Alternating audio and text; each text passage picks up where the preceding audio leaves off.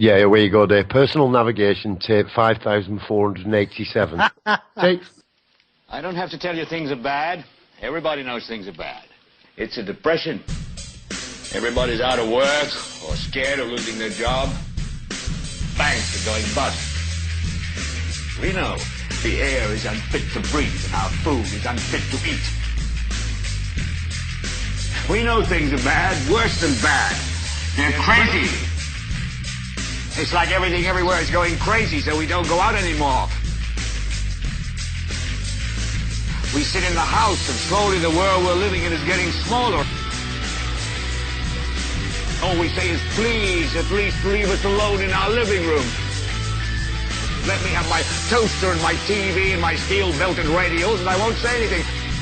Just leave us alone. Just leave us alone. Well, I'm not going to leave you alone. I want you to get mad. I don't want you to protest. I don't want you to riot. I don't want you to write to your congressman because I wouldn't know what to tell you to write. I don't know what to do about the depression and the inflation and the Russians and the crime in the streets. All I know is that first, you've got to get mad. You've got to say, I'm a human being. God damn it. My life has value. I want you to get up now. I want all of you to get up out of your chairs. I want you to get up right now and go to the window, open it, and stick your head out and yell, I'm as mad as hell, and I'm not going to take this anymore!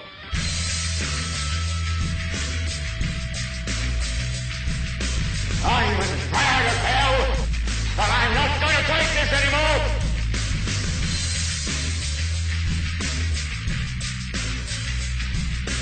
I'm as mad as hell, and I'm not going to take this anymore!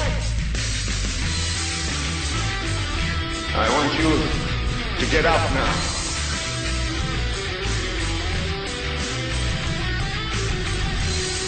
I want all of you to get up out of your chairs.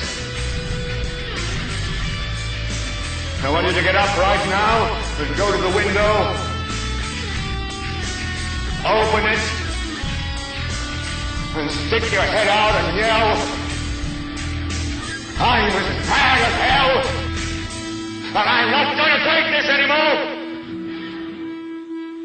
Good evening, everybody. It's Dave Matthews here with Personal Navigation. It's the 27th of June, 2013.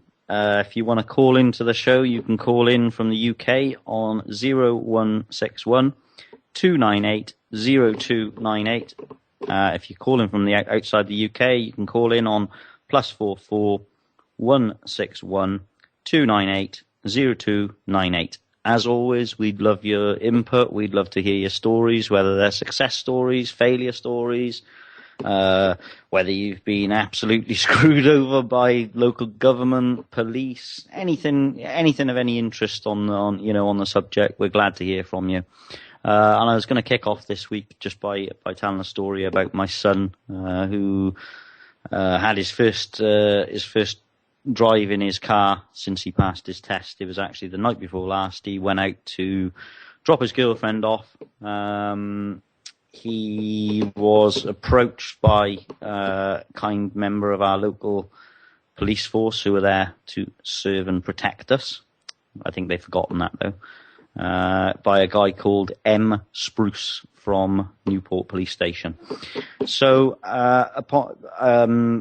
over time, I've sort of tried to teach Bradley some of his rights and try and educate him on a few things, and he's looked into himself, and he's got a good brain for the stuff. He'll pick up on things in court sometimes when I won't. But he's a very polite boy and, very, very laid back. Quite relaxed about things, and this policeman approached him, so he wound his window back down a tiny bit, and he said, open your door, to which my son replied, with respect, sir, can you tell me what I've done wrong, please? And am I obliged to open the door? And at that, literally, that was the first exchange that they had. This policeman just came unglued straight away, started threatening him and screaming at him. At this stage in the game is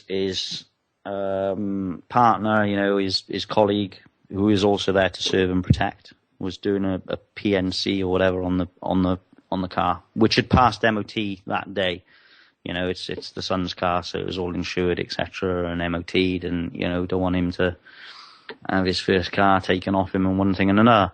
So they came back and they said that it wasn't insured, and 100% was insured, and etc. So he tried to call me, which I got a phone call then at 3:40 in the morning.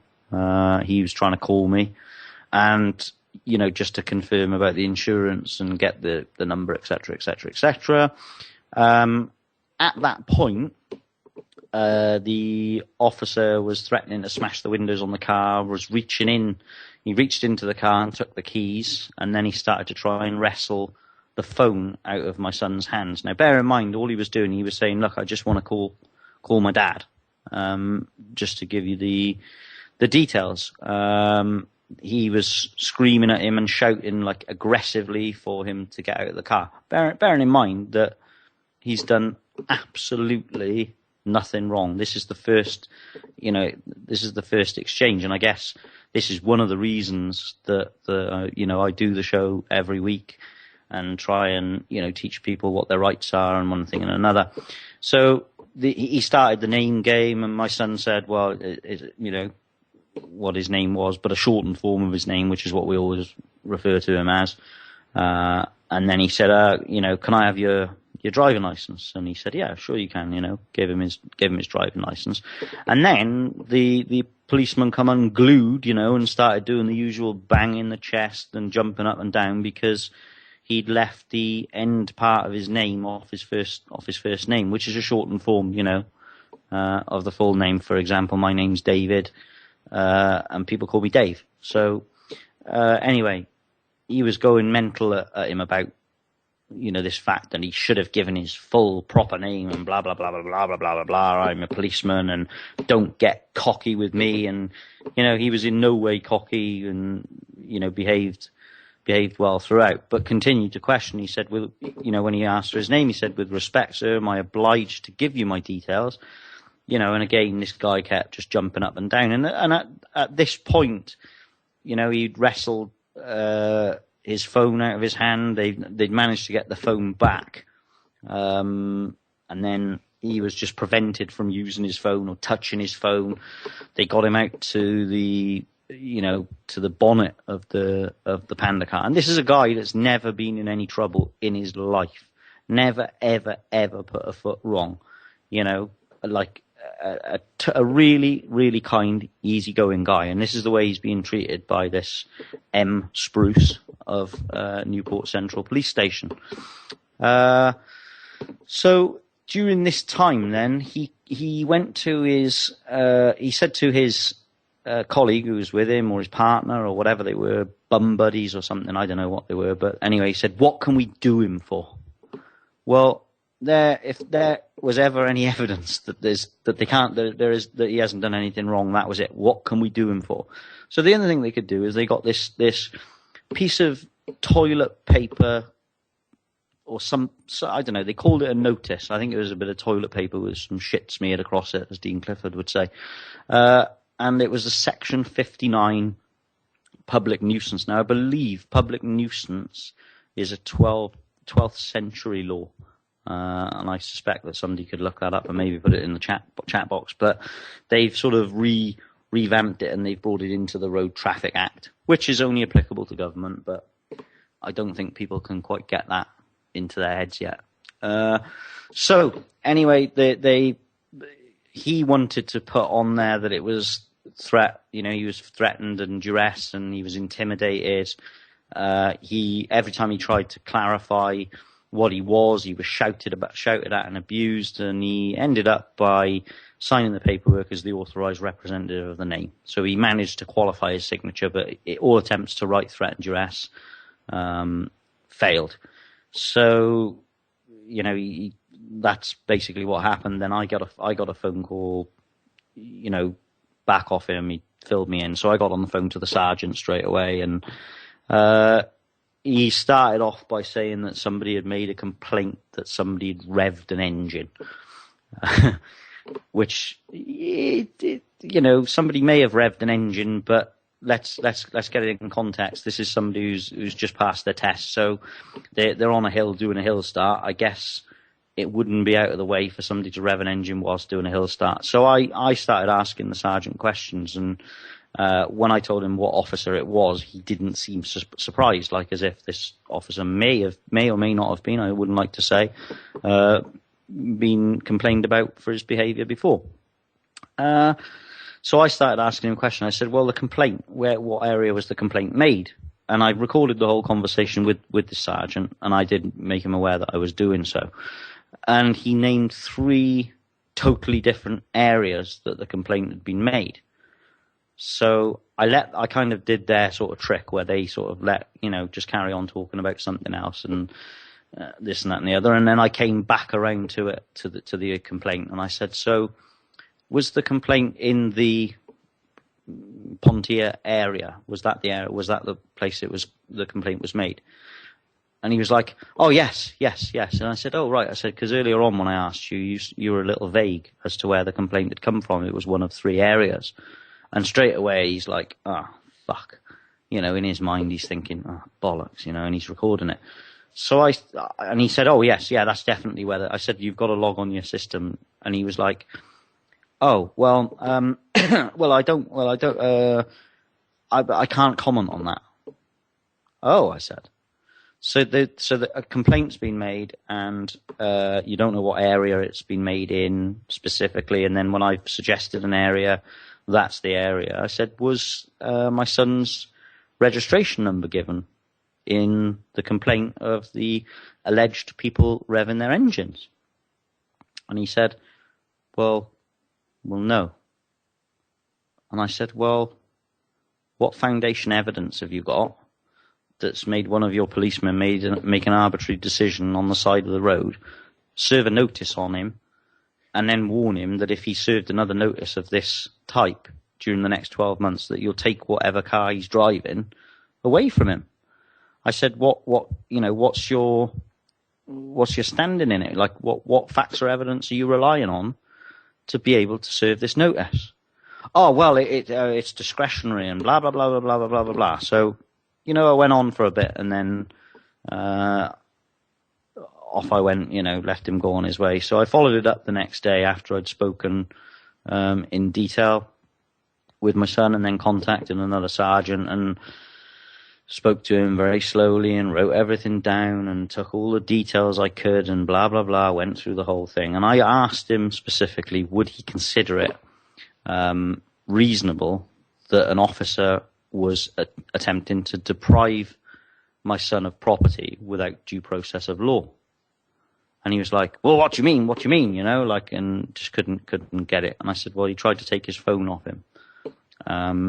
He was trying to do that. He actually snatched it off him and had it in his possession at one point without due process of law. What do you feel about that? So he was like, oh, well, I can't, anything that was awkward. Oh, well, I can't comment on that. And I said, well, would you consider it reasonable that the second thing that the officer did was start physically threatening my son? Well, I can't comment. I wasn't there, sort of thing. So what we're going to go for like a 3 or 4 pronged attack on him. We're going to lay a private criminal complaint against him, which will probably get, kicked out because the words aren't written in English or some whatever sort of horse crap excuse that they're going to make up that doesn't work. But we go IPCC, which is the official route, and that's another bit of advice I want to give to people. If you're going to make a complaint, I think it was Lee shared something with me there. If you're going to make a complaint against a body of this type, do not fill in their paperwork. He was keen. This sergeant phoned me back yesterday evening, and he was really, really keen. He'd actually come in an hour earlier because he'd received an email just stating that he, he'd received an email stating that I wanted to speak to him. He'd actually come in an hour earlier specifically to ring me. And during the conversation, he went, excuse me, he said, if you don't mind me asking, he said, are you a solicitor? And I sort of, no, I said, I'm not. I said, I just learned my rights, and I went on. And during the conversation, I said to him, do you think that this is a good way to earn a young man's respect? I said, because I can tell you what you've done now. I said, he was only vaguely interested in the stuff that I do, but as a result of your treatment of him, I said he's got his hands on a copy of the PACE manual. He's studying hours and hours and hours and hours of information. He will retain that information, and he will share that information with anybody that will talk to him. You know, you've got social media, you've got the young people, the people that we need within this movement. And anyway, he'd come in to speak to me. He was very, very, very keen to come out and take a statement from me so that I could fill his paperwork in. And I said, no. I said, I won't be filling in your paperwork. I said, I'll be writing my own paperwork, and I'll be getting witness statements of the 2 girls that were present and another boy that was present. And I'll be putting them in the form of affidavits, and I'll be serving them on the commissioner, and I'll be serving them on the police force, and I'll be filing a civil claim against this guy because he's operated without the protection of his badge, because he's operated above and beyond his duties. You know, and I would urge people, anybody that's going to do one of these complaints, make sure you cover all the bases. Don't just rely on their own system, because we know that is corrupt to the core. They will always try and protect their own kind. I do hope that he's, you know, he says he's informed this guy about me and, you know, everything that's going on. I explained to him that, you know, one thing during the conversation just come into mind as well. He said that because they didn't have the registration, and I said that this notice was issued on an arbitrary opinion, and therefore it couldn't stand because it wasn't based on facts or evidence. He said that the people who made the complaint were pointing to the car. So I said, oh, can you clarify? I said, were they present at the scene? And he said, oh, no, they were pointing on the radio. What? They were pointing on the radio. So I said to him, I said, obviously I would, you know, I need I'll be asking for a copy of any radio transmissions that were done at this time, which they digitally record. And again, that's thanks to Lee knowing that information on something that he shared with me. You know, along with their notebooks and all sorts of information you can access from them that will aid us in, you know, filing claims against these people and such like. So now, if nothing else, if that guy does, you know, loses a few nights sleep, and maybe the next time he approaches somebody in a car and starts banging his chest like I don't know, an ape or something, but I don't want to insult apes because they're probably a little bit more brainy than this guy. I guess they'll think, maybe hopefully we can make him think about what he's going to do, because the other day he definitely wasn't thinking. He definitely didn't treat my son with a morsel of respect, not even the tiniest bit of respect. And I did say to the sergeant during the conversation that I knew that if he was the one that attended the scene of this alleged incident, that the outcome would have been totally different, because he sounded as if he had a brain.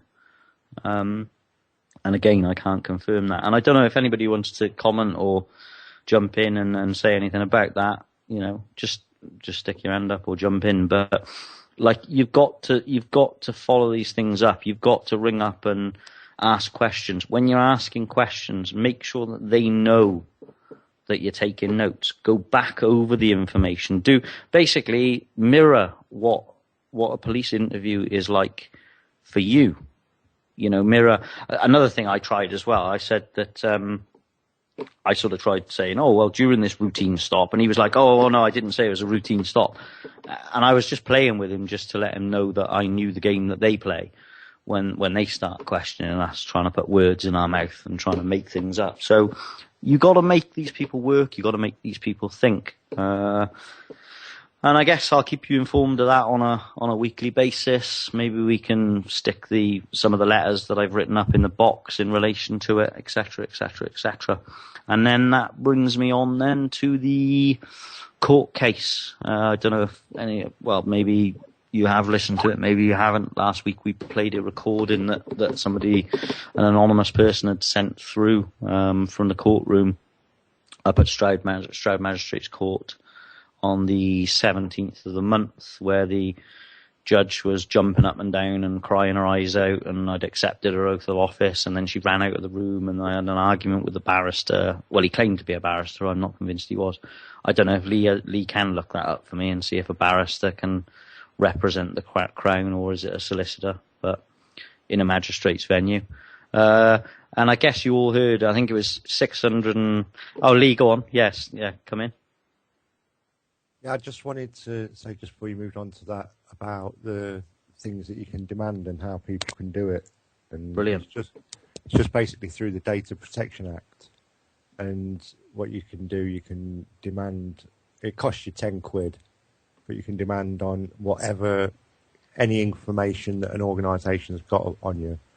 And they've got 40 days to give it you back. And the things that you should ask for if you've ever had a police interaction is obviously the police notebooks, and they might try and fob you off with just a photocopy with scribbles on. And if that happens, obviously you ask them for a legible representation. So basically they have to type up what's written in there and send it to you. But then once they've done that, they have to use that.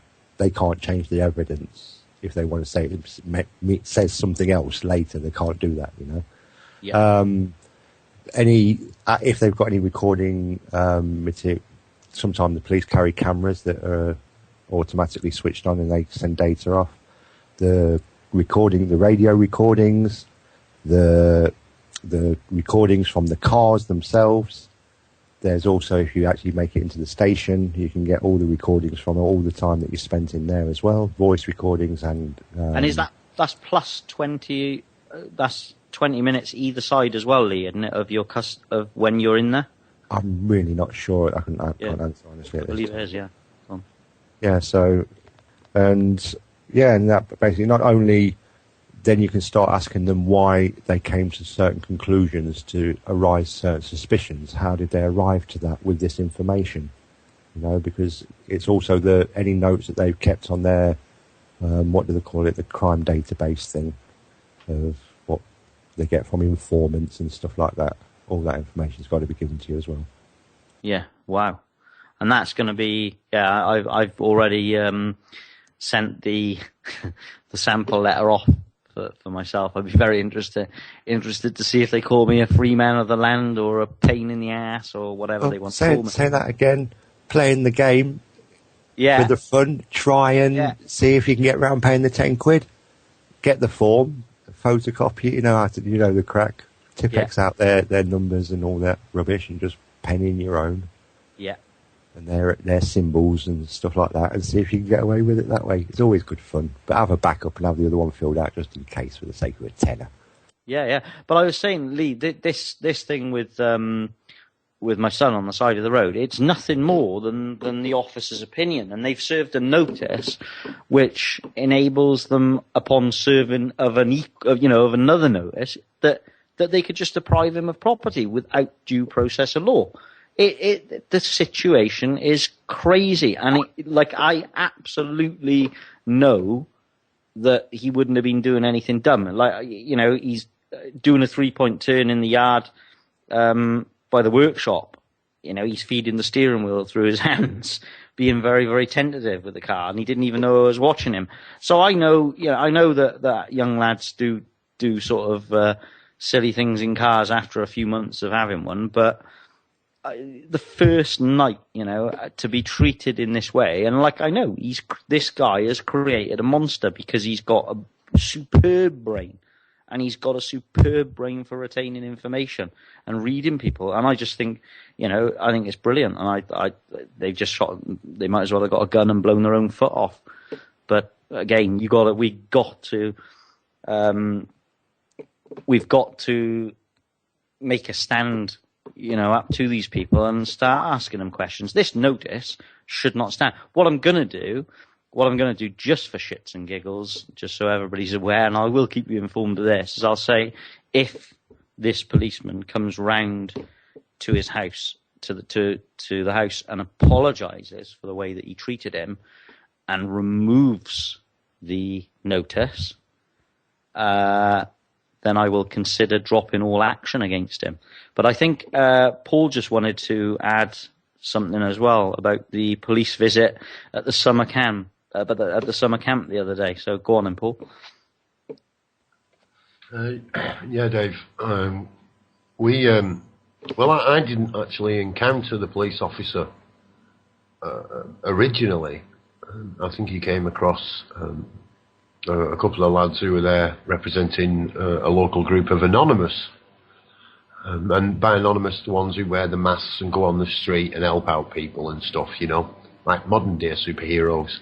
Yeah. These two lads were both medics within Anonymous. And also Chris Sparky. Maybe Saduma, I'm not too sure who he encountered first. However, he arrived at the site and he met up with, I know Chris was there, I think Saduma, because we've been talking to the only neighbour to the site. There's only one house, there's only one neighbour. Besides the motorway and the railway, and a man that lives maybe eighth of a mile, maybe quarter of a mile away, and another farmhouse. There are no real neighbours but this one. And he is supportive of Ashton Allotment Action in now supplying us with fresh drinking water and any other assistance that we might need. He fully supports the cause. And actually recognises the corruption of the local council and what's gone on with the illegal landfill site. So the police officer is asking people for making a request for an on-site contact, someone to contact who is in charge. Which, this has already happened, of course. It's Nigel Rowlands, who was on earlier on the Pax Monday show.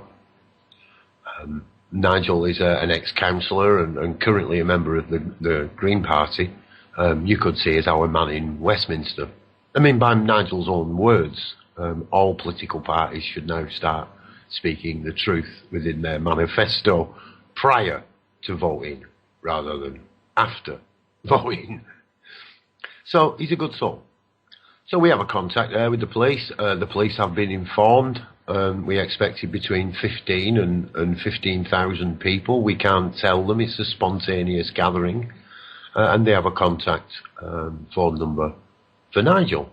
But they came up to the site, this one officer, and I'm sure he's a nice guy. But he is instructed to come there and make a request of us for an on-site phone number. So I arrived, I first met him when he was brought by the rest of the gang to where I'm drinking a cup of tea and smoking a joint. I popped my head out of the tent, and this police officer then asked me if I had a telephone. I asked him why. He wanted to know if I had a telephone. He said they wanted an on-site number, a contact. They needed a contact. I explained to him they already had a contact within Nigel, and then he said he wanted, but he's not on site. I said no, he'll be coming later. He comes and goes. Nobody lives on site, and there's nobody. Although there is pretty much somebody here all the time, nobody lives here. This is a common, so nobody lives upon it. It's for everyone's use. There is no site resident.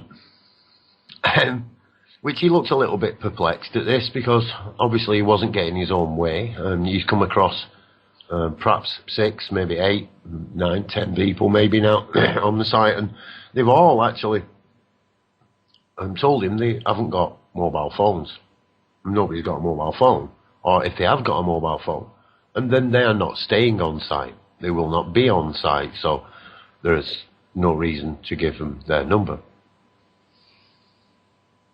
Of course, when we actually spoke, or when Nigel spoke to the police and told them that, they're not required, we do not require any assistance from them whatsoever, and if we do, we know how to contact them, and that they are also welcome to come to the site whenever they want, as long as they're not carrying weapons. This is not going to be tolerated. Weapons are not tolerated on common land. You don't come looking for a fight or looking for trouble and preparing yourself in that manner is offensive. That is offensive to come to peace-loving people carrying weapons and making demands of them, especially when the authority didn't have the decency to at least pass on the message. Even if the message was passed on, the officer came on to the common land carrying a weapon. So I actually pointed out it was rude. I can't remember my exact words, Dave, but I pointed out to him that before he started to make a request, which he denied actually making any request of me at that point, that really he should have followed our request not to bring weapons onto site. At that point, he pointed over at Chris Sparky, and he said, he's got a weapon. And Chris has got a small machete. It's not like one of these great big things. It's a little one, which they've used for cutting some grass back at one area for lighting, preparing for the fire. Actually, health and safety. I mean, in the ridiculous nature of it, just to make sure that all the grass didn't get caught or anything, and also for splitting up some smaller pieces of wood to get the fire going. That was plainly obvious. You could see that. Man, maybe it was obvious to everybody else, but we are talking about an officer of the law here. Who are psychologically profiled to be stupid. It would appear that it's not psychologically profiled. I think they're just selected from idiots in the first place. You don't really, I don't think you need to psychologically profile them. I think it's a selection process they go through, a rigid one. So yes, he pointed at this machete, which is sheathed on the side of Chris Sparky's leg, which had been there all along, and I just cast your memories back. Chris had actually walked onto site with this police officer, and across the car park and approached me. As no mention of this weapon, so-called, by this officer, who points to this machete on Chris's leg and says, he's got a weapon. I said, no, that's a tool.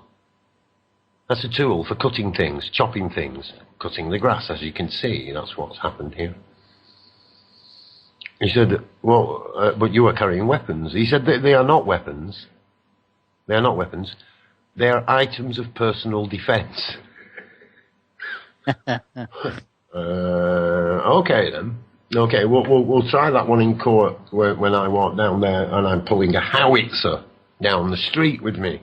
Of course, I'm not pulling a howitzer. I haven't got a minigun. This is not a weapon. This is an item of personal defence. Ridiculous. At this, he said, "Why am I being awkward?" He's tried the awkward that I was being unreasonable. Everybody else was being all right with him. Bear in mind, all these people who have been all right with him to this point had just said no, and no one had actually confronted his so-called authority on common land. Can I just jump in on the awkward thing just quickly, Paul? Certainly. Do you think that they go to like a special school where they're taught, where they're shown pictures of people asking reasonable questions, and that it's drummed into them that anybody who asks a reasonable question is awkward? No, I just think they were bullied at school. I mean, it's terrible, really. I do have compassion for these people. I mean, it must be really difficult. They must have to leave their emotions on one side when they go to work. And for a lot of the cases, the police do actually have to deal with some really terrible situations within.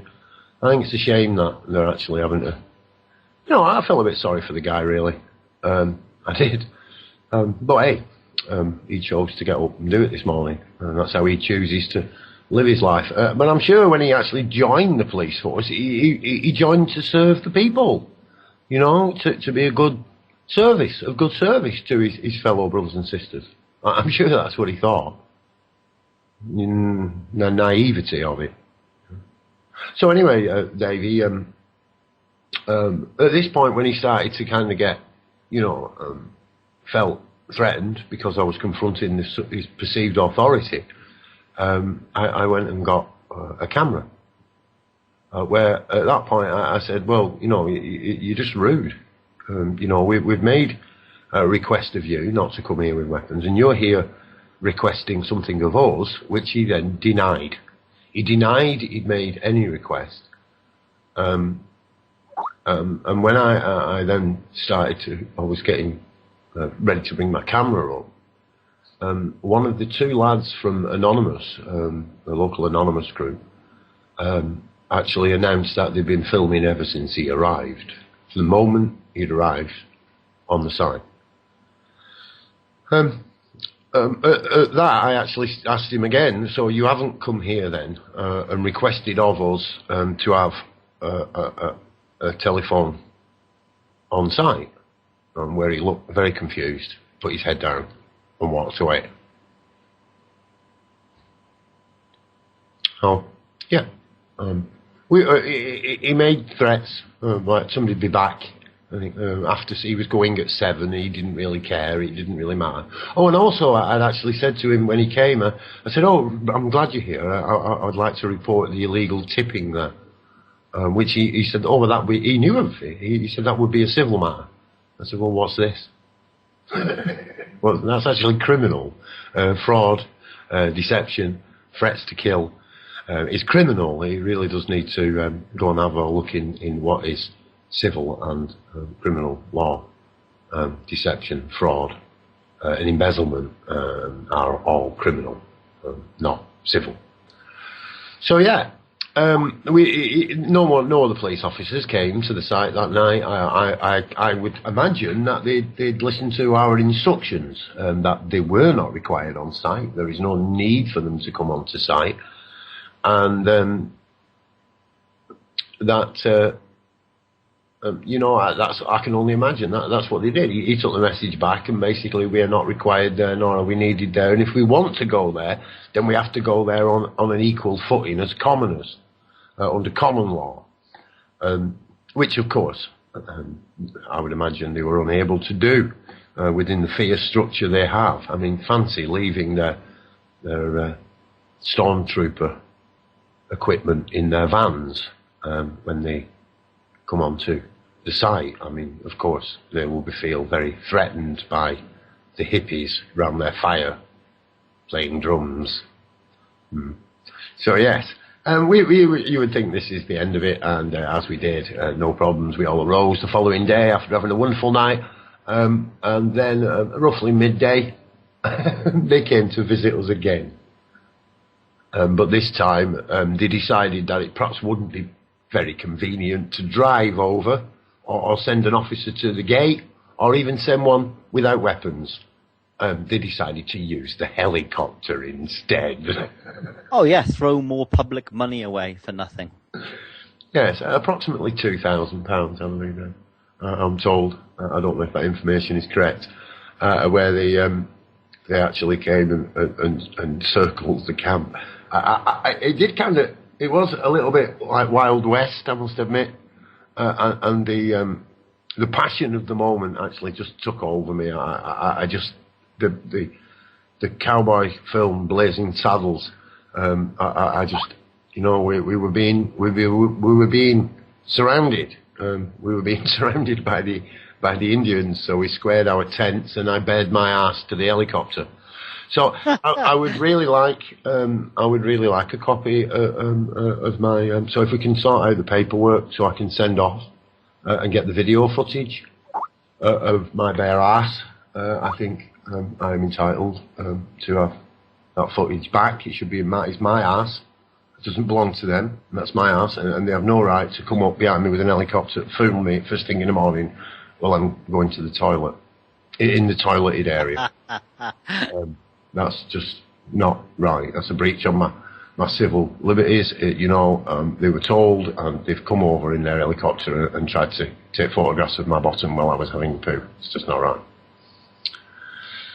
So yeah, obviously, Dave, it's ridiculous. It's ridiculous. The fact that we have got, we are actually trying to get the local authority to accept responsibility. The police will not talk to the local authority. The local authority won't talk to the police, and now the police are having to come to us to ask us what the authority have actually told them that they should have been doing in the first place.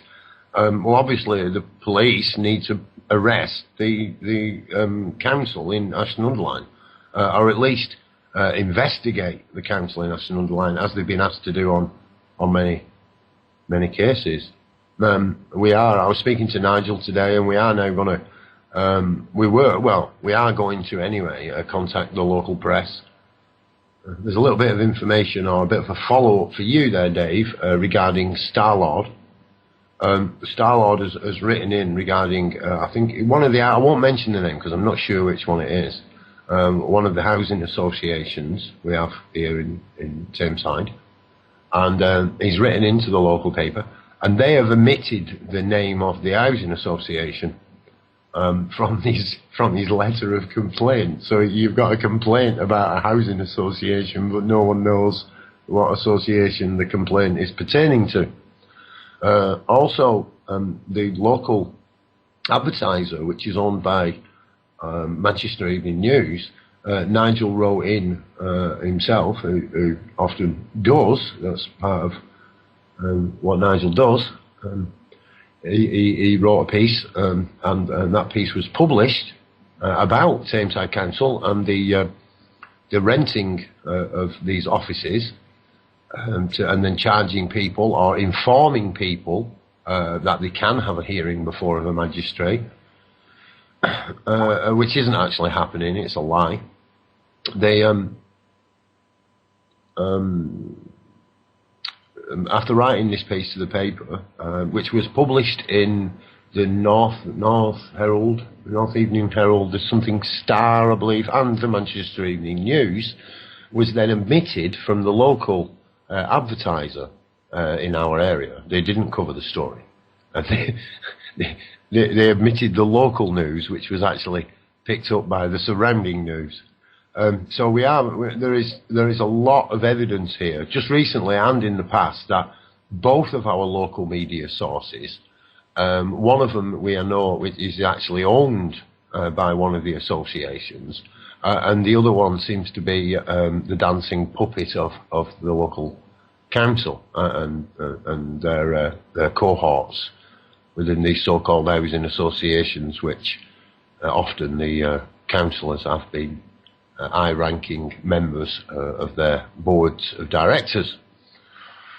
So yes, a very sticky can of worms we have here. But all when all this has been happening, it has now come to light that the so-called Tameside Council have been offering people the chance to appear before a magistrate, and it would appear that the charges that Tameside Council have been making have all been fraudulent, and they are illegal charges, Dave, as you suspected, and yes, they are, apparently they are renting. The council rent an office or rent part of the courtroom, and when you go to that courtroom to pay your poll tax, they are supposed to give you the offer of going before a magistrate. Of course, they can't actually charge you court costs in that room, and apparently there's a council employee that's giving you advice. So what they've done is they've actually charged people £70 for getting the advice from the council, and the very people who are issuing them with these illegal court charges. So, yeah, that's about my report. Done, David. Think. Yeah, but I'm just adding to that for people that maybe didn't hear the Guy Taylor thing last week, that they've got an internal document from a clerk saying, do not let people know that the council rent the building.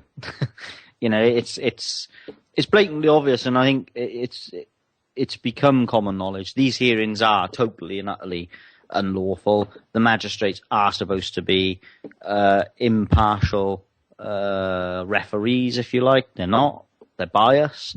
They quite often work for the council. They won't disclose that they're on the council. The whole system is rotten to the core. And I'm very, very keen. I really don't have the answers to how we can do it. You know, I think Roger Hayes and a few people like that, Dean Clifford, Guy Taylor, they're sort of trying to create new systems, better systems where we can come out of, something that's rotten and corrupt. And I asked Lee while you were speaking there just to send me through the copy of the policeman's oath, and they say that they will uphold fundamental human rights. Well, a fundamental human right is that no property can be taken from somebody, or people can't be deprived of property without due process of law. Okay? Due process of law would mean that you'd have a show cause hearing on the side of the road if they wanted to take a car off you for not having insurance. A fundamental right, an inherent right, is the right to drive. It is not a privilege. You've been tricked into it becoming a privilege. And that I've just tried something now with when I did the paperwork for my son's car, whereby I crossed the keeper part out and put down owner. And the guy behind the counter didn't notice, because I would have thought he would have started crying his eyes out about that. But I don't think he noticed. I don't think he cared. So that would have gone off to the DVLA. Now, if the DVLA write back or issue a registration document for that vehicle, and he is down as the keeper and not the owner, what have they just done? I've given them information of exactly who he is. Okay? He is the owner. Where it says sign as the registered keeper, I crossed and I put owner. Right. So they are committing an offence if they then issue him paperwork as the keeper. So I'll keep you informed on all of this stuff. Just try stuff all the time. All you everybody that's listening, try shit. Just think things up and try it, And I want to just get on. I don't know if we're going to go to a break in a minute, Paul. Have we got to go to a break and then come back after? If you like, you can do whatever you want. It's your radio. Yeah, if we go to a break, if we can play a few tunes now and then come back, and I'll fill you in on my court case. I'll fill you in on what's happening with Matthew at the moment, and then see if anybody wants to add anything. But yeah, just that part of that policeman's oath, upholding fundamental human rights. Just it might be an idea to remind them of that, or hand them a copy of their oath. Keep a copy with you, and hand that to them if you ever get pulled over or questioned. Just post it out through the window and just say, I just want to remind you of your oath that you took. So on that, we'll go to a break, and then we'll be back in a bit.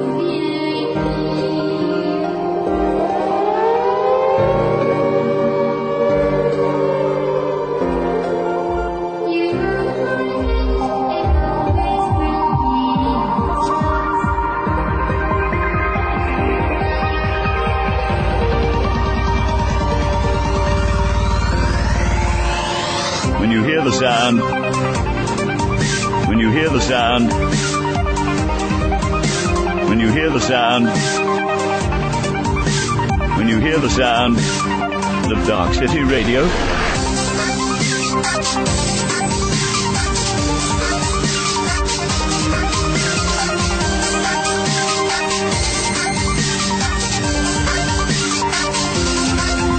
when you hear the sound,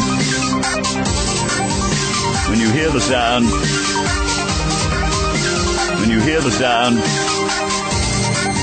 when you hear the sound of Darkcity Radio, you know what to do. You and your family must take cover immediately. The initial flash from the explosion can burn the skin and cause blindness.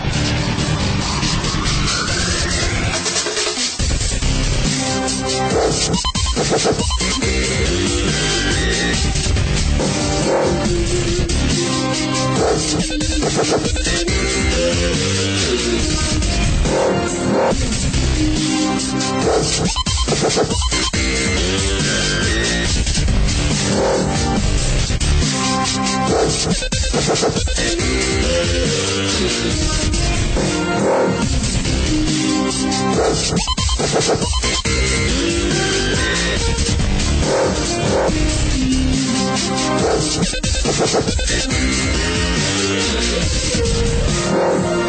Prime Minister, speaking a few moments ago in the House of Commons, has warned that the international situation is deteriorating rapidly and that the truth could break out any time in the next 2 or 3 days. When you hear the sound of Darkcity Radio, you know what to do. You and your family must take cover immediately.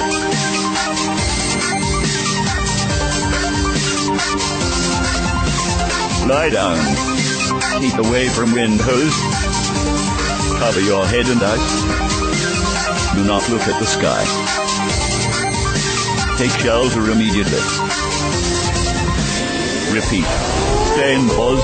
Do not leave your home. Take shelter immediately.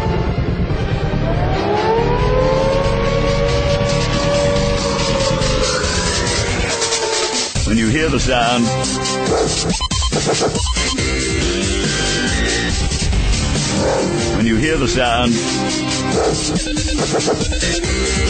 you know what to do. You and your family must take cover immediately. Duck and cover.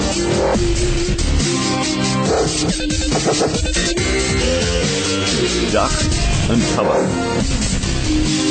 The initial flash from the explosion can burn to skin and ice.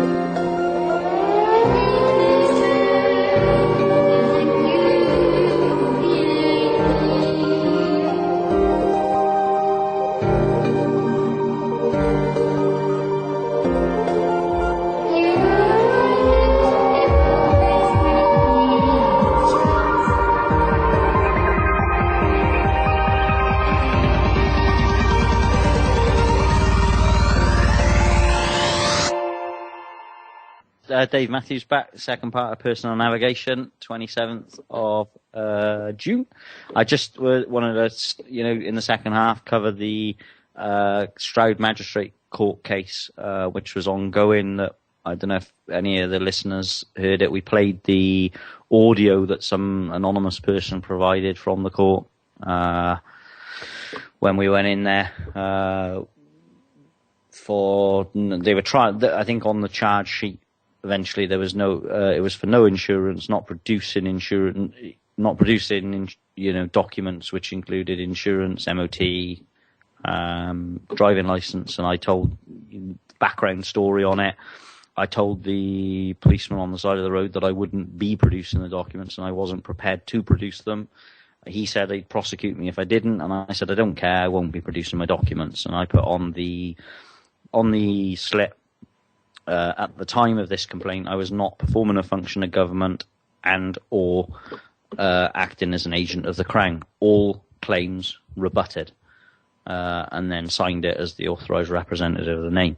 So they sort of threw it out a few times and we thought it had gone away. They couldn't get anywhere with me. It was very, very funny. Getting feedback a little bit there.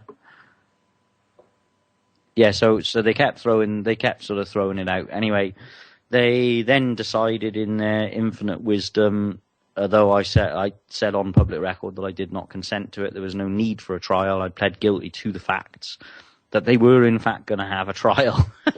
So I went up to the trial, the waiting room was empty, I went up in the morning, which is what they'd asked me to do, then they said no, it's the afternoon, so I had to drive all the way back.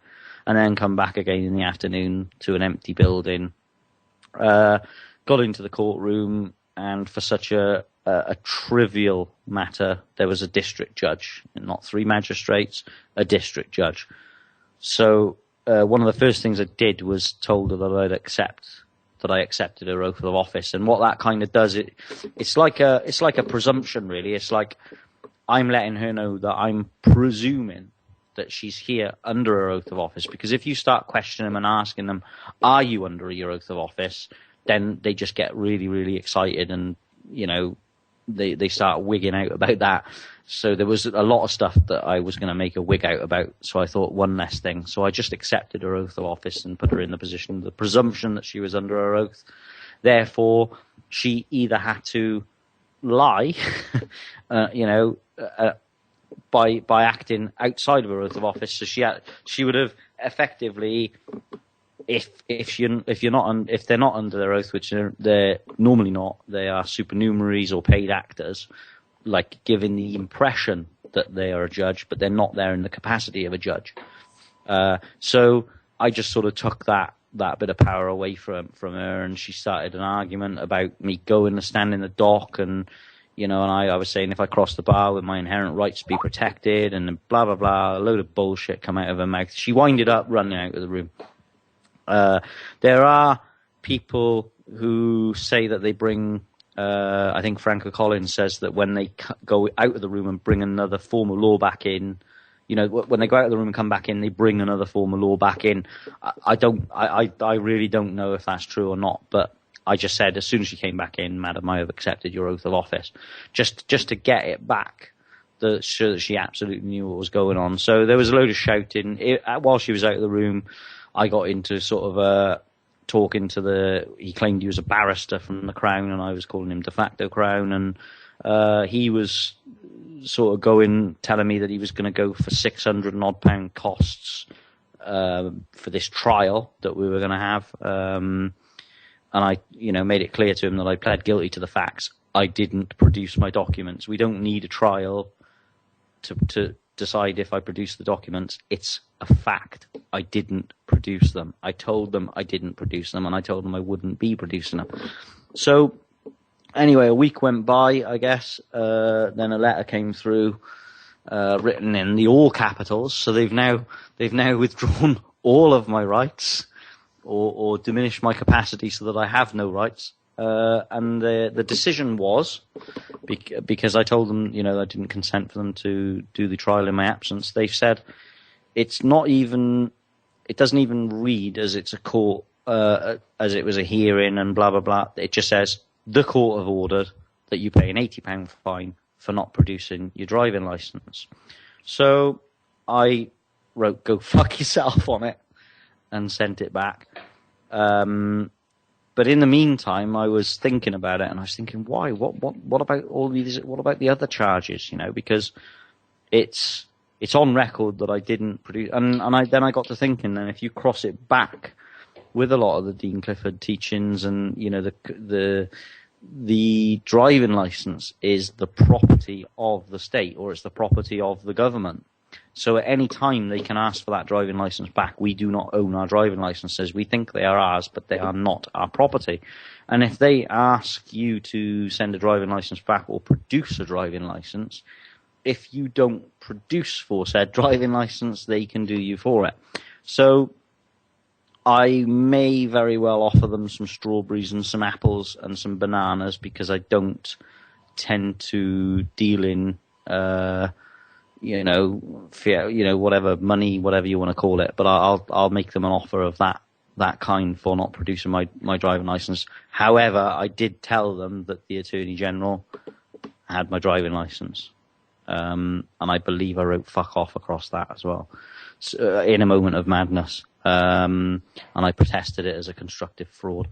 So that's the sort of outcome of that. At this moment in time, I don't know if anybody wants to jump in or add anything to that, or if they've got any thoughts on that, they can, or I'll just continue on with the Matt story. Anybody want to jump in? I'm waiting for Sean to phone in as well. He's got some good stories, but I don't know if he's going to be brave enough to phone in. So I guess we'll go on to the Matt story now. I spoke with the prison, the woman who's in charge of, I don't know I can't remember what her title was now, Sarah Hancock from Cardiff Prison, with regards to a warrant of committal. Now, it turns out that, completely correct, as everybody says, in these cases where the process is unlawful, there is no warrant of committal. She does not have a warrant of committal. Ministry of Justice's rules do state that in order for a warrant to be a warrant, it must have a court seal and it must have a signature of the Justice of the Peace in order for it to be a warrant. That is what, that's one of the things that they need to have. So what she got is a sentence warrant, which is unsigned. There's no signature on it at all, and there's no name of issuer. She's got two of those. One's a remand, and one is a sentence. They're called warrants, but they don't have anything else on them. So I explained to her that she'd got a big problem. I said, if you want to ring up the Ministry of Justice and check this information for yourself, please feel free to do so. And I also pointed out to her that she should go and check with one of her more serious inmates, for like a serious common law crime, whether it be like assault with a deadly weapon or murder or anything. And I said, I think you'll find that the paperwork that you hold for them, e.g. warrant of committal, is totally different. So with a few phone calls back and forth, she did in fact confirm there is no document. She held no document for him that says warrant of committal. And then she rang me back and she said, I found something. It's not a warrant of committal. It's a warrant, and it's got a clerk to the justice on it. And I said, well, you still haven't got a warrant then. And I said, it has to have a signature on it. So this has been going on, and I heard through the grapevine the other day, I can't visit him. He gets 1 hour a week, so his girlfriend goes in and sees him. They're making his paperwork extremely slow to get in and out. Whether that's deliberately or not, I don't know. But I know this week, Tuesday, she said that he'd actually put the governor on notice. So he'd actually written a notice to the governor of the prison letting him know that there was no warrant of committal and that he was being held there against his free will. His free will was to leave. So I will keep you updated on that as well. And I guess then I want to go back then to drumming it into people's heads about acts and statutes. They only apply to government. They only apply to government. I don't know how many other ways I can explain it. They can make law after law after law after law after law after law until they can't even think any more shit up. But the only laws they can make, week in, week out, I say it, are applicable to employees of the government. And this is what I keep trying to teach people. The person, the legal person, we're all familiar with the straw man analogy, etc., etc., etc. We are all given our titles by the UK government, which is the short form birth certificate. It is a title. Winston Trout says it is a death certificate, which brings us round to Sesta KV. But whatever, as soon as we start running around and accepting paperwork, using their paperwork for identification, we put ourselves in the boxes of holding office within their organisation. They work on that presumption from the day you start using their paperwork. Okay? So as soon as you could almost use both analogies, the Mark Stevens method there of asking questions. Ask about facts and evidence. That's what this stuff relies on. What facts or evidence? What facts or evidence have you got that I am an agent of the Crown or an agent of government? Have you got a payroll record? Etc., etc., etc. It is a title. That we use the title, we make the shit happen for ourselves. So, as soon as you guys go to court, any of you people want to try it, just go out and blast through a speed camera or, do something silly whereby you're going to be able to go and sort of cut your teeth a little bit in court and go into that arena and start testing this stuff out. Learn how to use the person. So, for example, you don't just go in. If you go into a court, I've covered this before, but I'll cover it again and again and again if I have to.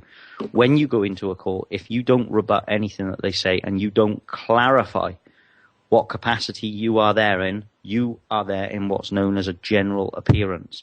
as soon as you make a general appearance in a magistrate's court, the minute you make a general appearance, stand in the dock without question, you are there by way of general appearance. As soon as that happens, every single deficiency in their case, which there are always whenever there is a victimless crime, that is a fundamental deficiency in their case. So they get to waiver that deficiency if you make general appearance. If, however, you make a special appearance or you appear in propria persona, which translates as I'm here in the proper person, but much better to get on public record, I am here by way of special appearance, you therefore question their jurisdiction. And at that point you can say, what capacity? I am here in the capacity of a pantomime horse. I'm here in the capacity of a village idiot. I'm here in the capacity of an apple farmer. You know, you got to let them know what capacity. I'm here as a private individual. And I think, Lee just put in the box here in the first person. I thought it was the proper person, but yeah, there we go. That's a bit of info. You let them know that that's the capacity that you are there in. If you could even turn it around, say, are you claiming that I'm here in another capacity? You could say, by the looks of the paperwork, you are claiming that I'm an agent or an employee of your organisation. Is that correct? For the public record, can you confirm whether you are claiming I'm an employee of your organisation? Well, if you ask that question in court and you've made a special appearance, they will either adjourn it in seconds, or the clerk who's sitting there staring up at the magistrates will start doing goldfish mouth at you.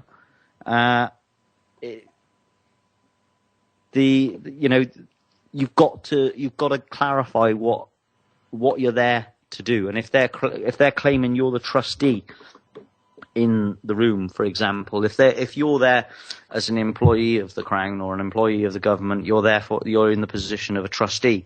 If you are there in the position of the trustee, you should ask the judge or the magistrate for the necessary time to get yourself up to speed with being a business administrator, and the necessary time for that should be around 5 years, and see what happens there. But anyway, as soon as you start questioning deficiencies in cases, e.g., where's the victim, who have I hurt, who have I harmed, or let them know right off the bat, I'm not prepared to waive any deficiencies in your case. As soon as you start doing that type of stuff, you're going to throw some major spanners in their works, and they will know absolutely that if they proceed against you, having questioned their jurisdiction and having let them know that you're not waiving deficiencies in their case, or asking them for a corpus delicti or injured party, asking them who you've harmed, you will throw some serious spanners in the works. And even if you want to just try it for yourself to start with, you could just mess around with them just to see what their reactions are.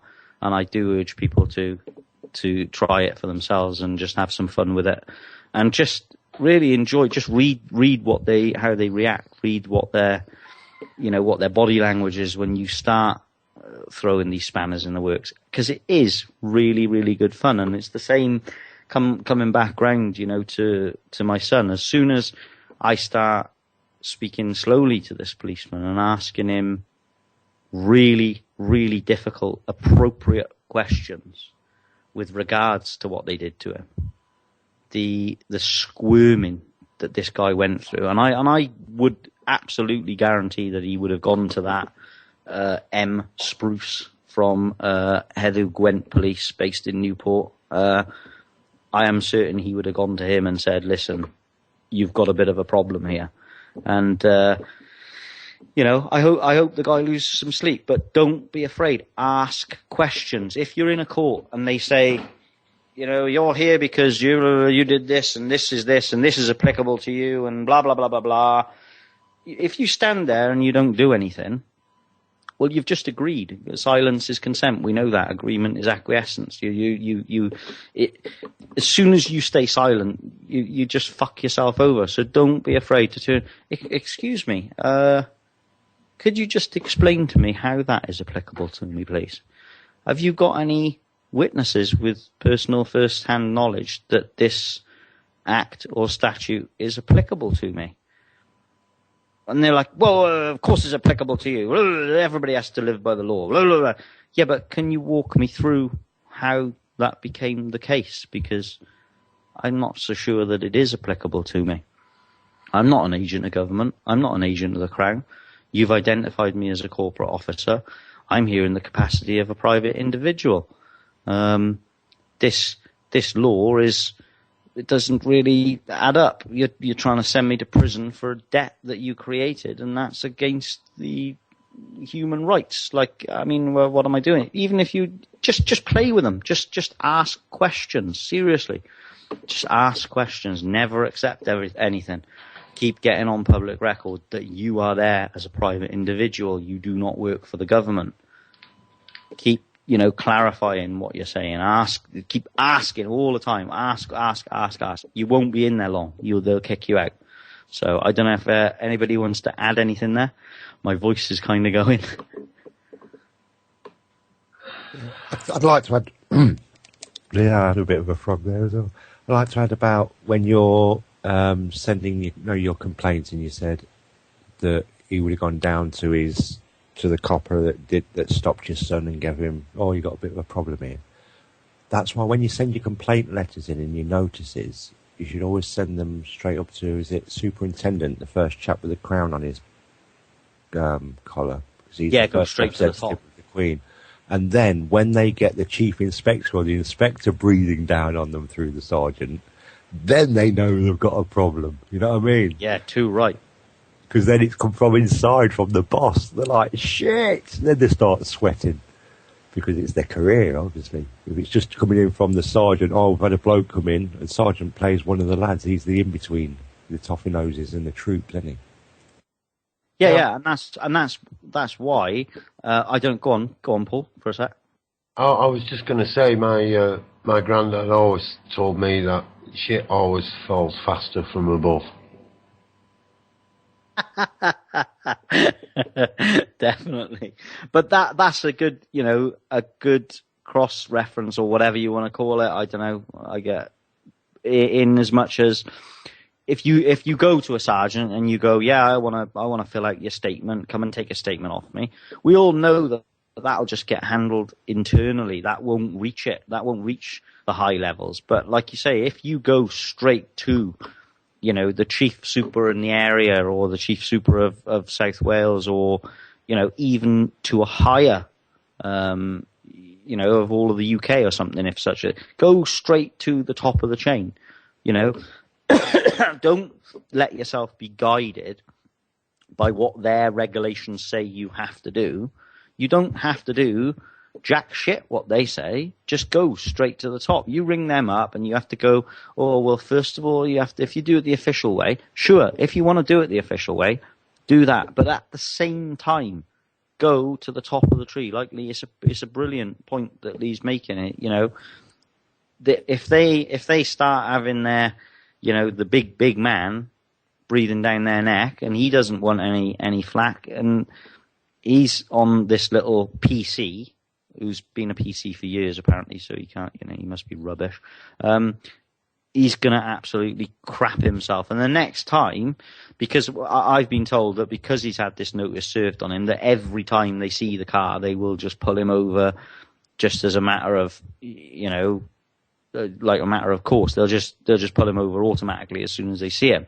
So it does appear, and I did ask the questions of the sergeant the other day. I said, will my son now be victimised by you? And he was like, I've never seen any victimisation in 23 years that I've been in the police force. And I thought, frickin' hell, you must walk around with your eyes closed, mate. But, I don't want to get into an argument with him. If he genuinely believes that everything is above board, then let him do so. But like I say, just don't stick to what they tell you to do. If I make this complaint, one of the sort of prongs of attack that I will use is, affidavits and witness statements.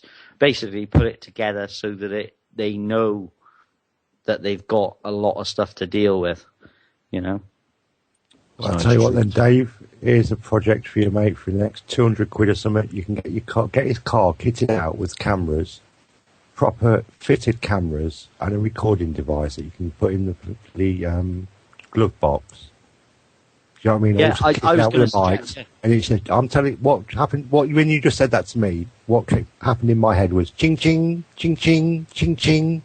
If they're going to hassle him, preempt it, mate. Get your evidence, get it all logged, and then you'll just be like hitting one copper after another, mate, until they've got it on their records. Don't go anywhere near him. Yeah, and that's what I want because, like I say, he definitely did not deserve that the other night. I really, really, really felt for the guy. And they will do it. They do it with a friend of his. They're pulling him over all the time, left, right, and centre, because he had one of these notices served on him. And I mean, like I said to the sergeant, well, this notice won't go unrebutted. I will rebut it because it's not based on any facts or evidence. You have no facts or evidence to back up what you're claiming.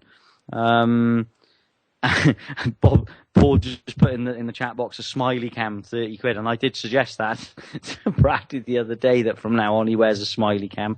But I think that I definitely thought that the other day. Brilliant point, Lee, is to get a camera fitted in his car and record everything. Basically, just mirror everything that they do. Everything that they do to gather evidence against you, do it to them. And don't be afraid to stand up for your rights, because you have to. If you don't stand up for your rights, if I just let this go and he let this go, he would spend the next 6 months being pulled over, and pretty soon somebody who's a really, really sensible guy, just going about his daily life, just being an 18-year-old and doing as an 18-year-old would do, he'd soon be in debt. He'd soon be in debt to their corrupt court system, and that what a way to start off. Is working life. What a way to start off, just because of this one asshole. M. Spruce. Asshole. I don't know if anybody wants to add to that. He might not be an asshole. That's insulting to assholes. But I don't know if you want to add anything, Paul. No, I was going to be crude about pooing through a ring, but hey. Well, I don't know if there's a lot you can add. I would say I'd make sure you've got 2 recording devices, not 1, and get your lad on one side and just say to him, look, they can take, if he drives like a 20 in the car, they could snatch the video evidence and use it against him. So, yeah, they'll probably will anyway. I do think it might be nice to start wearing T-shirts with CCTV in operation while you're actually driving your car. Make it quite visible. Maybe on the sunscreen, the sun visor. Maybe. Yeah, I love that. Stickers up there. Just to add to that, what you can get just for I saw it a thing the other day. You can get your iPhone app or whatever. When you plug your phone in for your MP3s and everything to your car, you can also control your camera. So it's just like an app you switch on and it sets everything active, which then all uploads everything to a cloud. So it's not even stored in the vehicle. It's all recorded online. So even if they take the evidence, well, they can't get at the evidence. They take the phone and that. Yeah, well, my point being is they will actually try, if you haven't got a cloud and an iPhone and everything. If you're going down the £20 eBay cameras, get 2. Don't just have 1. Let them see 1. And agree to turn it off. You'll be amazed. You can video the reaction in people's mannerisms, and how basically how the spider draws the fly into the trap by switching off the first camera and leaving the covert one recording. But be careful. Be careful. I suggest also with the CCT in operation, you could put up independent police observer on your car, keep following them round. That is brilliant. That's one of the best things I've ever heard you come out with, and you always come out with good stuff. But that is an absolute classic. I've actually used it. I've actually used that one.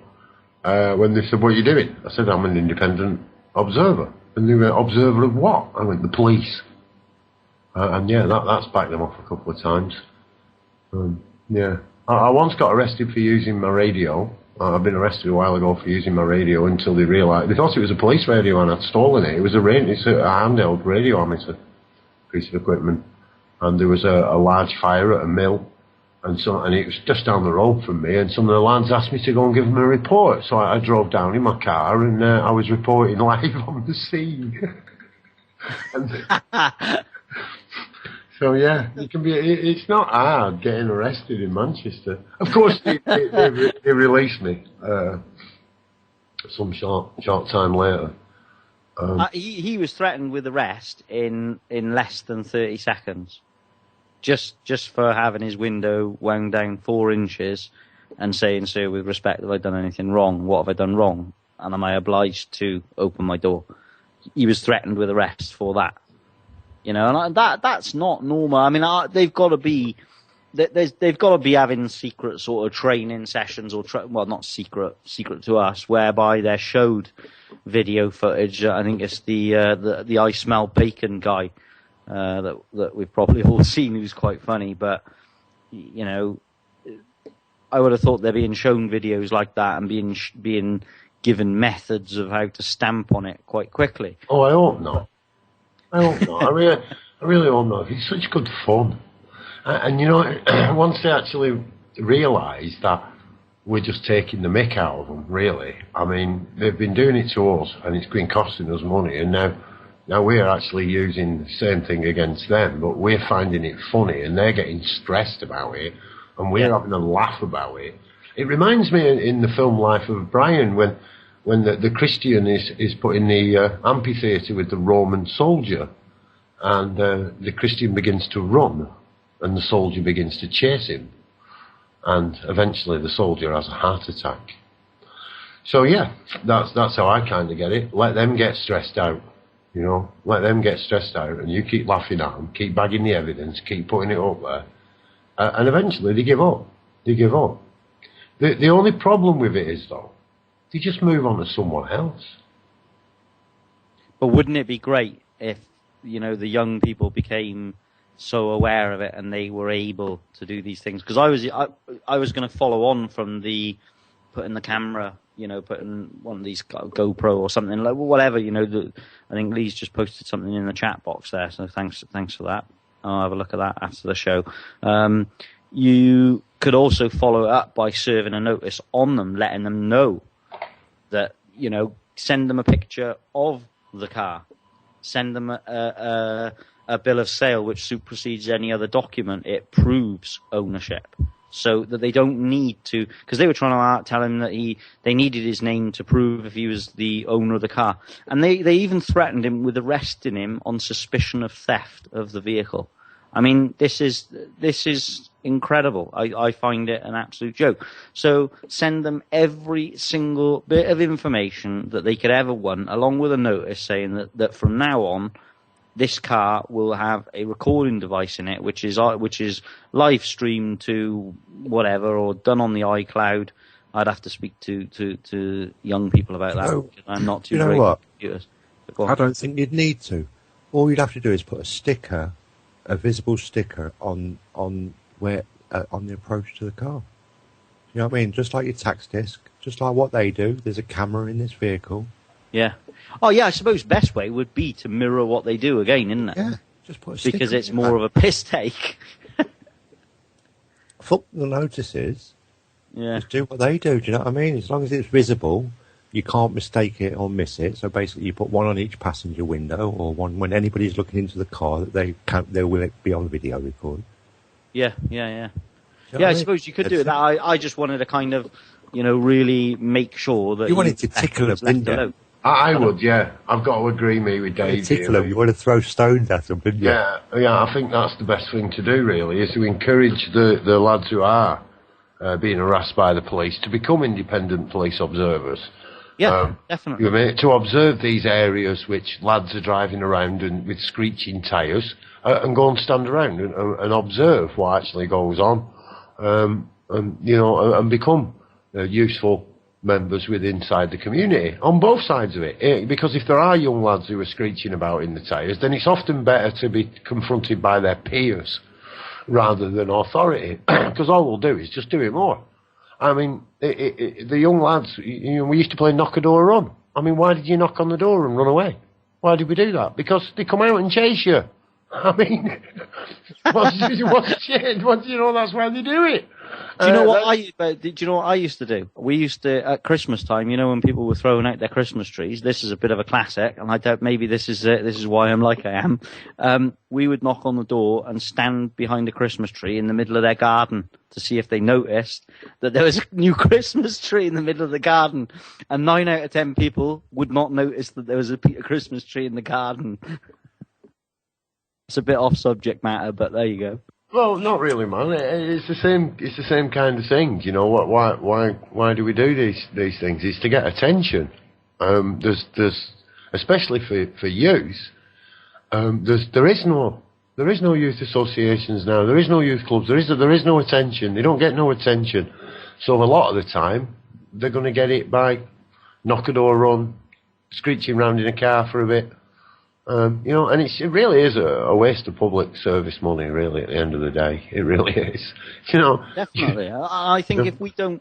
How much is he on? How much did he get paid per hour, for how many police officers and all this, what? What happens is, eventually, your entire family, Dave, will become economically unviable to the police.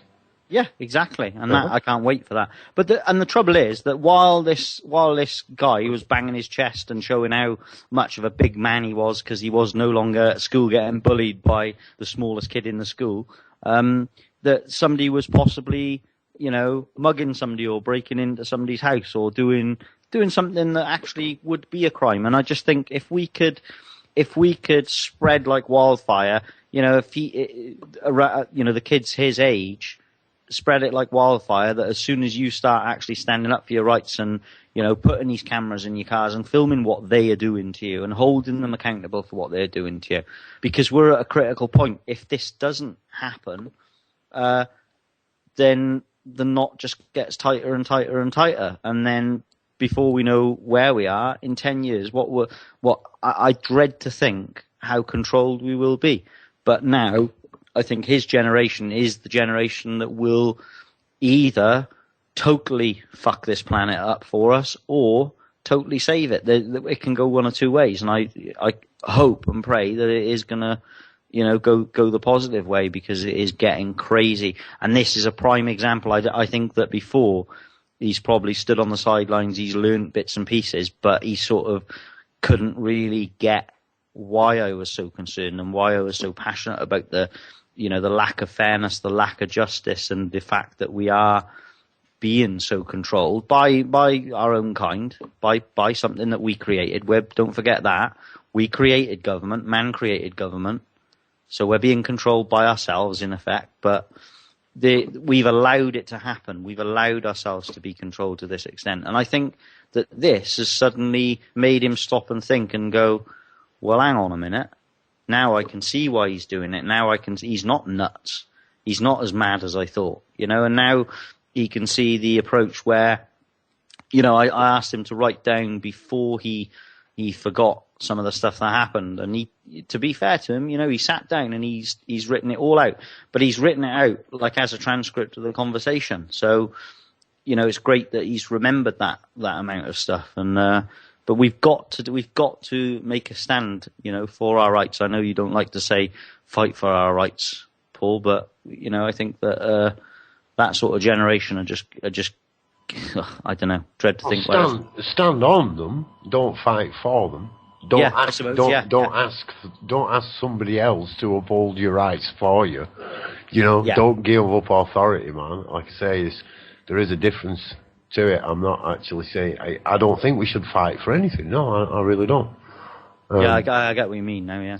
If it comes to push a shove, when a police officer, like I say, I'm using the word officer specifically because a constable would not treat you like that. You're not treated, and there are good police constables. I think they all start off as constables when they take that oath.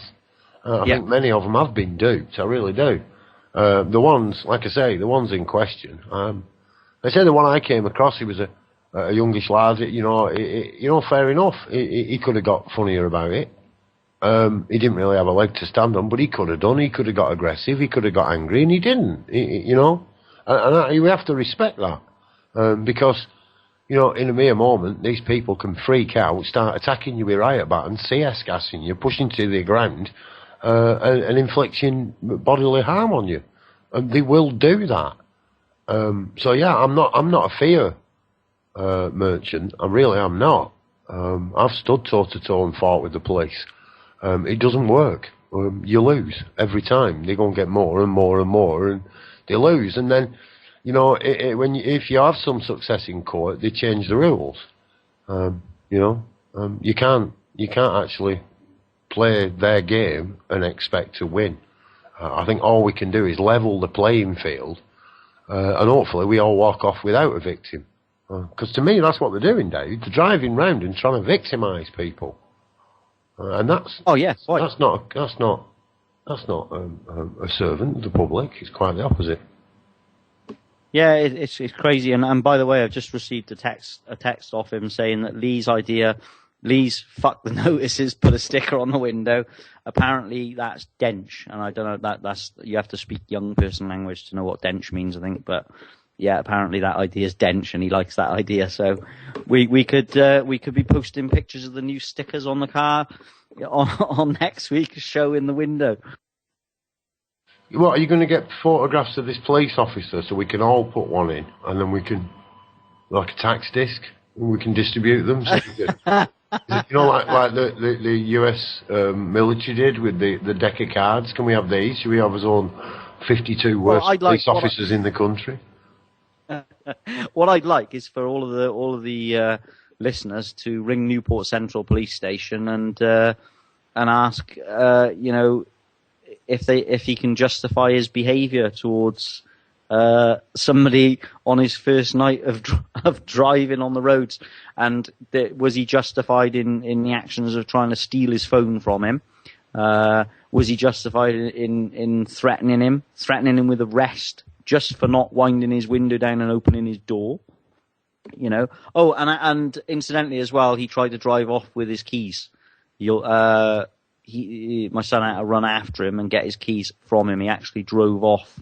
He actually started to drive away with his keys attached. So that's like he's tried to steal off him twice, and he's had to kind of recover his goods. Yeah. I said, is there any scenario in which they could have justified that behaviour? I asked the sergeant specifically, did he think that was reasonable behaviour? I bet none of you can guess what he said. I'll have a go. I can't comment. I wasn't there. That's absolutely to the T what he said.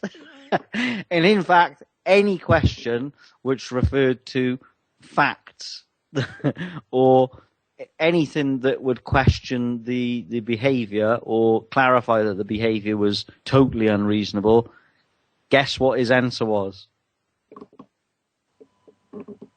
The same thing. Yes. I was struggling to come up with an alternative answer.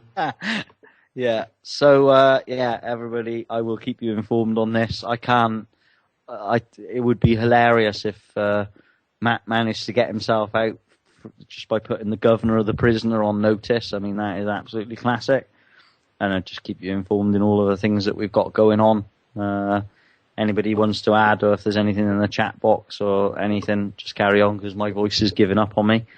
It's been a really long week. I've been working from 7 in the morning till 11 o'clock at night every night, which is why I haven't been on here. So, yeah, it's been a struggle. Well, it's been top information. Like I say, I would like. I have done myself. I've recorded the police on many occasions. But like I say, seriously, on that word of warning, I suggest that you do it in large groups of people, and you film police officers wherever you see them, And I mean like 10, 20, 30 of you, at a distance, of course, and then move towards them while you're filming and ask them incessant questions from different directions, and give them a taste of their own medicine. Of course, this was actually first suggested on RT television. If you do see a police officer doing anything at all, get out your camera and film them covertly. A good constable will have no issues with you doing this at all. None whatsoever. They won't. However, an officer or an individual impersonating a police constable, they may, like I say, become violent and aggressive. They don't seem to be able to listen to reason. They try to invade your personal space, intimidate, and then, like I say, use acts of violence and kidnap and imprisonment against you. So yeah, I think video footage is vitally important. Vitally important. I know it saved me a couple of times. I know it has. From police brutality, and I've been at the hands of it. I've actually been as a victim, and somebody else has phoned the police up because I was assaulted, and then I was assaulted by the police because I didn't want them to get involved. So, yeah, it's a tricky situation, Dave. It always is. I get your passion though, and your lad goes out on his first night. But, in another way, I'm really glad. It couldn't have happened. It couldn't have happened to a nice lad. I mean, it really couldn't. And, that, I can already feel it, mate. I can feel your local constabulary beginning to cringe. Oh, and you've got a caller, Dave. You've got a caller. Hello? Hello, is that Dave? Yeah, speaking. Dave, Sean, is it? Hello, me. Yeah, this is Sean. I've talked about him on the radio. I don't know if you want to just tell your story, Sean, of when you were trying to stop them beating the living shit out of somebody in the middle of Cardiff, and if you just want to tell that story briefly. Sean, you there? Yes, I'm here, Dave. Yeah, do you want to tell that story? Yes. Go on, then. Okay.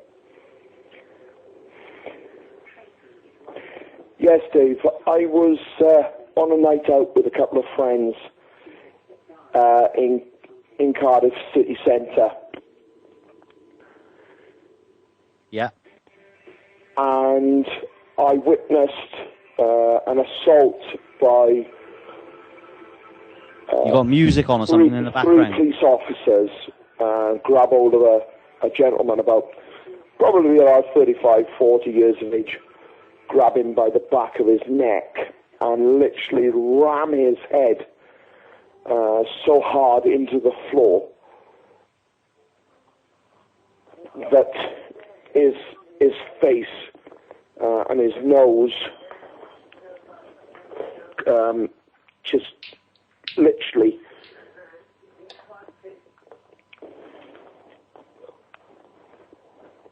his nose just split everywhere. His face was a mess. I went up and I questioned the police officer as to why he had used such force and such aggression on him. And I had my food out of my hand. I was arrested. I was put in the back of a police van, and I was treated like I was the criminal, not anybody else. Can I just add, Sean, Yes. for the listeners, Sean is severely disabled. He had a very, very bad bike accident years ago.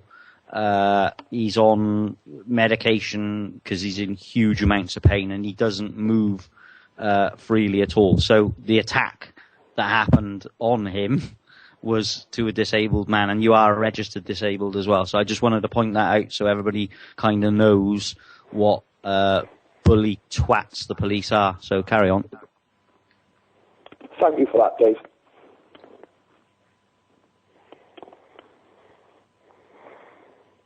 Continue on.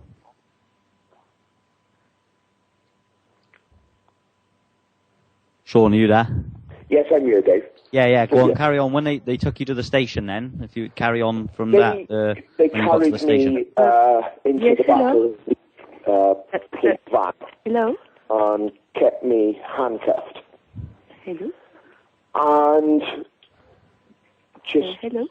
took Hold on me one to sec, the- Sean. There's another caller on the line. Hi, caller. Yes, I just wanted to ask a question, if you don't mind. Yeah, you can if you like. Sean, you okay to hold for a sec? Yes, Oh, I'm yes, okay. no problem. I'm okay to hold. Yeah. Go on. The second caller. Do you want to ask a question? Go on. Yes, but I wanted to ask a question. I don't know about the show, what's going on now. I wanted to ask about the Rick Simpson show, which I'm really interested, but I couldn't figure out what are the time zones, me living in UK. Oh, okay. Do you want to answer that quickly, Paul, or do you want to... Yeah, it's on the Rick Simpson show is on a Wednesday. The live show's on a Wednesday, Yes. and that starts at 7 p.m. British summertime, which is GMT plus 1 hour. GMT plus 1 hour. Mm-hmm. Because you see on your website, on the right-hand side, it was written GMT and not plus 1. And when you go on the left, on your main page, then it is written plus 1. So that's why it's a little bit confusing. Yeah, unfortunately, they attempted to shut us down back on the 22nd of March last year. There's a brand new website being built, but that one has not been updated since then, unfortunately. But if you check out the Facebook group or the Twitter group, Darkcity Radio, you can find information there. Website will be up within the next couple of weeks. My apologies for the confusion. No worries. No, you do a fantastic job. And me and my husband, we are a little bit jealous of the fact that you have got a Rick Simpson as a guest. Oh, don't be jealous. Rick's taking a little bit of time off anyway at the moment, and we need as many people as we can to support the cause. Yes. Yes. We will try to do our best. We've got a few questions, of course, because the subject is very important and very up to date, and we should really make, all what we have to do, to talk about it and to educate everyone about it. So the subject is very, very important, and we give all our support to your radio and to your guests that you are inviting for this. Oh, thank you very much. Thank you very much indeed. Thank you. You're welcome. Bye-bye. Good night. Bye-bye. Bye-bye. Good night. Yeah, go on, Sean, continue on. So you were put into the back of the police van, and the only thing that you did was question as Dave, to why they were using excessive force. I was manhandled by 4 police officers. And you filmed this as well, didn't you? Yes, this was filmed by my son. I was manhandled into the back of a police van by 4 officers who threatened to spray me. They threatened to use a taser on me. And all because I went up and I questioned a police sergeant's actions as to why he used such force to detain a gentleman who had been assaulted by somebody else.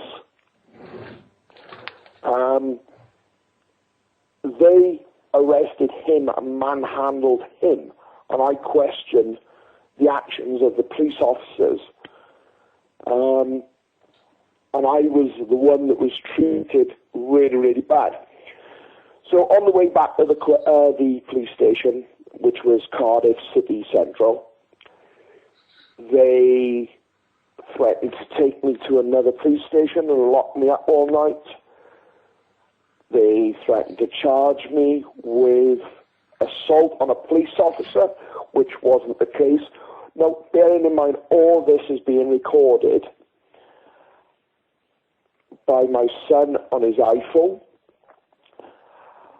when I got back to Cardiff City Central, I asked for the actions of the police to be justified, which they refused to do so.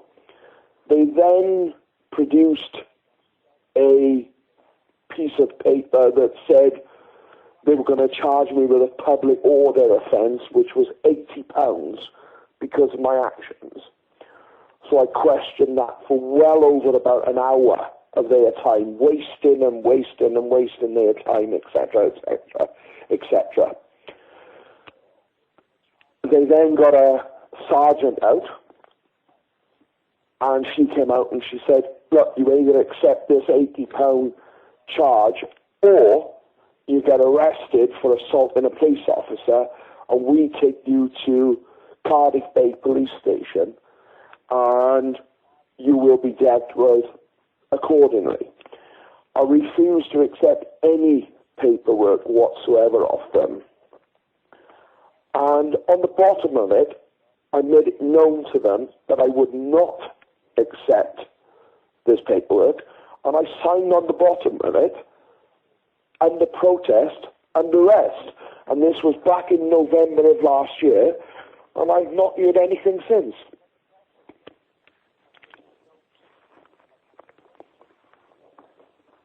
Yeah, thanks for that, Sean. And again, it's you know, clear proof that asking these idiots question is, you know, they just can't handle it. They just haven't got the intellect to handle it.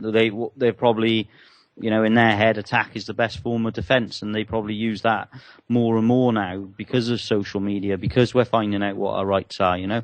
And guys like Sean, I mean, Sean there's a really good recording of Sean on my YouTube channel under Dave Matthews of you know, of him standing up for his rights in a place where they gated off a certain area in Blackwood, and you know, he's been through the mill for believing in this stuff, and he's put his neck on the line. He's had his car windows smashed.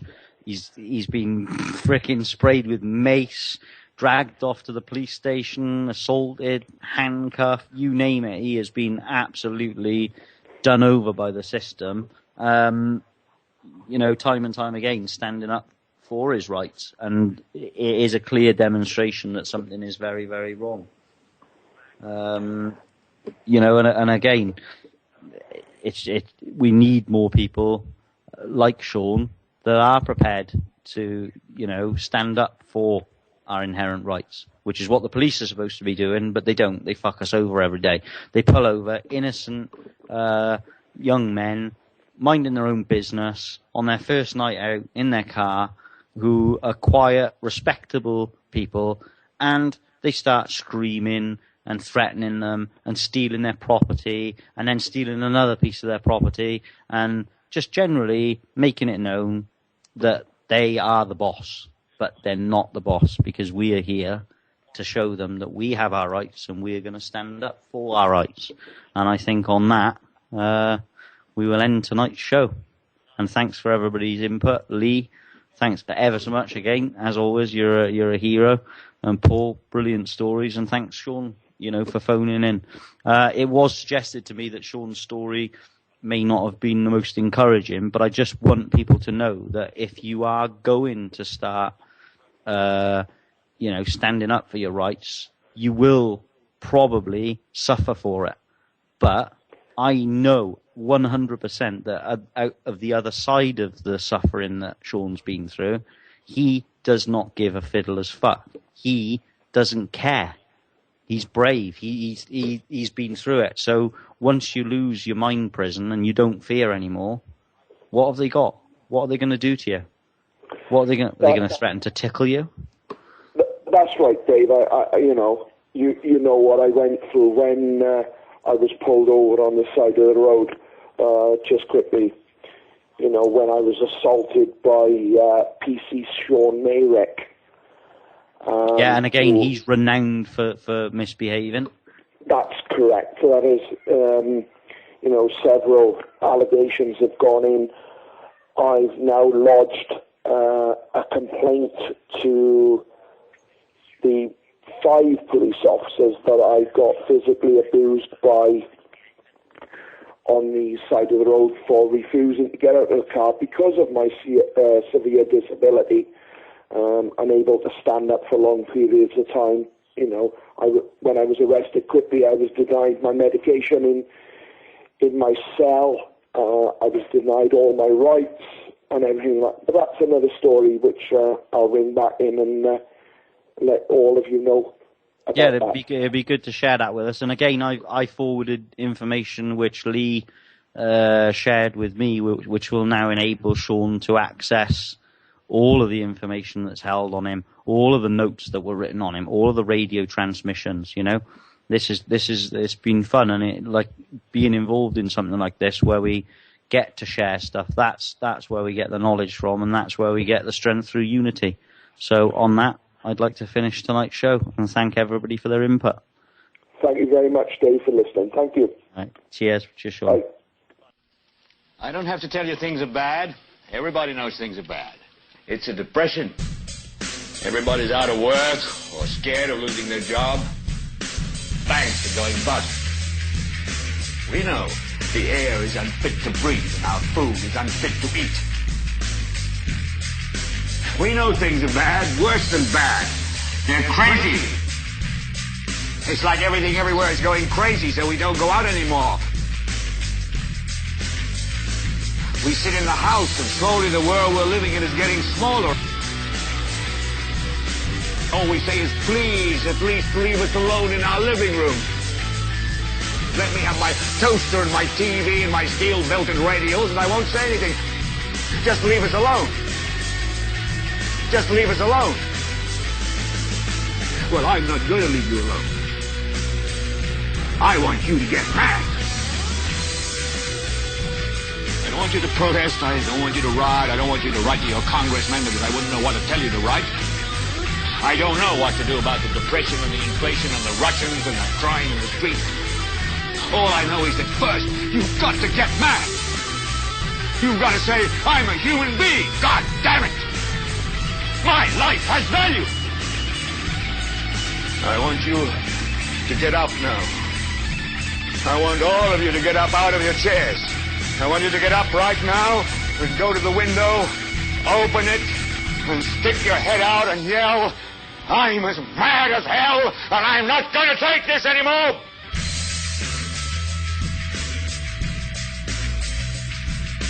I'm as mad as hell, and I'm not going to take this anymore.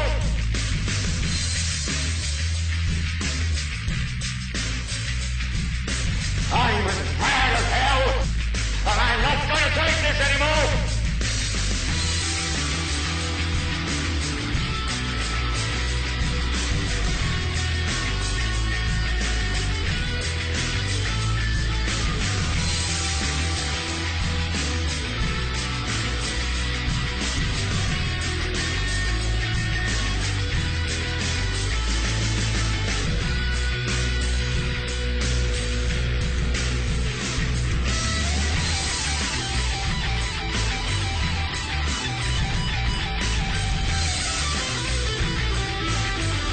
I want you to get up now.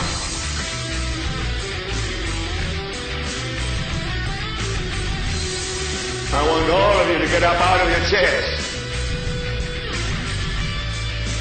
I want you to get up right now and go to the window, open it, and stick your head out and yell, I'm as mad as hell, and I'm not going to take this anymore.